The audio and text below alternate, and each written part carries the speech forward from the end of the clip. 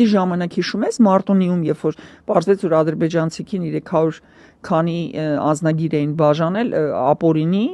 հետո այդ պասպորտ սեղանի տնօրենը յանի թե բանից կովիդից մեռավ, բայց մեռավ չմեռավ, սպանեցին, չսպանեցին,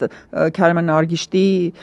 կերած բողկերներ։ Այսինքն այդ ամեն ինչը բացահայտել ես չգիտեմ կստացվի թե չի ստացվի, բայց անձնագրերը միանշանակ պետքա փոխվի։ Մենք հաշվով այնքան հանցագործություն կա սրանց վրա, որ մեծ հաշվով արդեն մեկը ավել, մեկը պակաս, չէ, հանցագործությունը չէ, մենք պետք է իմիտարիզացիա անենք մեր քաղաքացիներին, որ եթե ինչ որ Լևի, եսիմ Աբդուլլաև Ռախմանի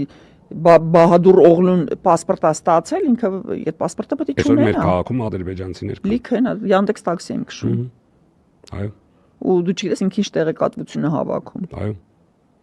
Այսօր մեր քաղաքում արդեն կան ադրբեջանցիներ։ Սա դաժան Գյուղերում իրենք տները առնում են հələ 20 թվականից բանում Արագածոտնում